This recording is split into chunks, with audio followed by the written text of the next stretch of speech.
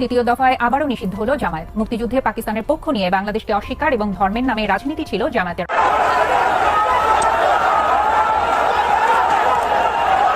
৪৫ বছর পর আবারও রাজনীতি থেকে বিতাড়িত হলো বাংলাদেশ জামাতে ইসলামী। তবে জামাত এবারই প্রথম নিষিদ্ধ হয়নি। এর আগেও ৪ বার নিষিদ্ধ হয়েছে উপমহাদেশের এই রাজনৈতিক দলটি।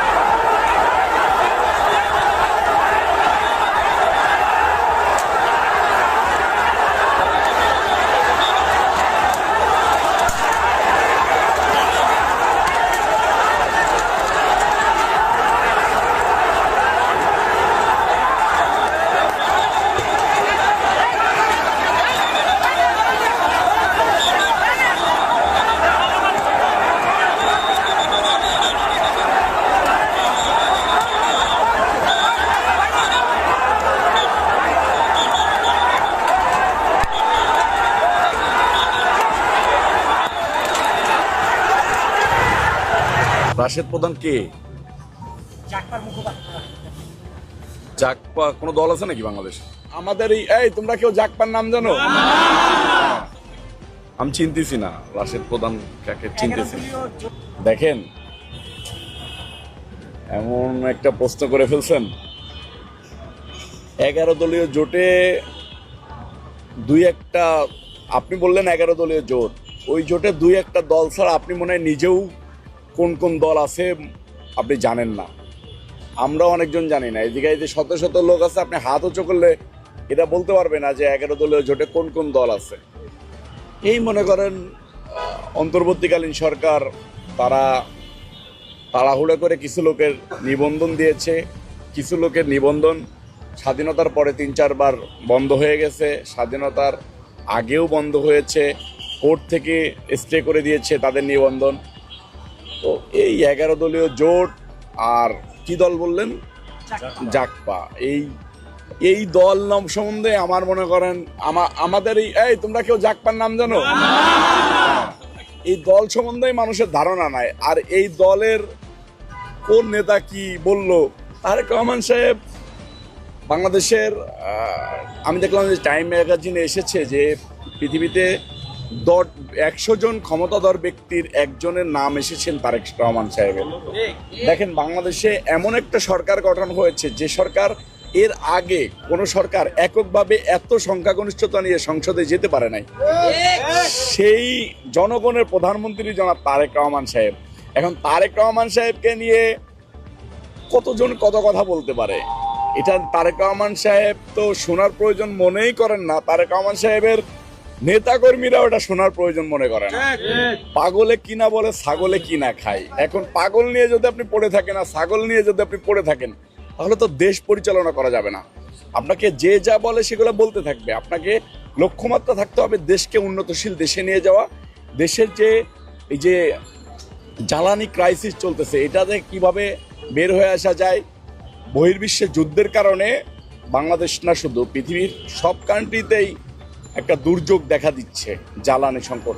এইগুলা কিভাবে মোকাবেলা করা যায়, রাস্তাঘাটে জ্যাম কিভাবে নিরসন করা যায়, কিভাবে দেশের কলকারখানা উন্নত দেশের মতো করা যায়, যেভাবে অর্থনীতি কিভাবে বাড়ানো যায়, এইগুলা নিয়ে চিন্তা করতে হবে।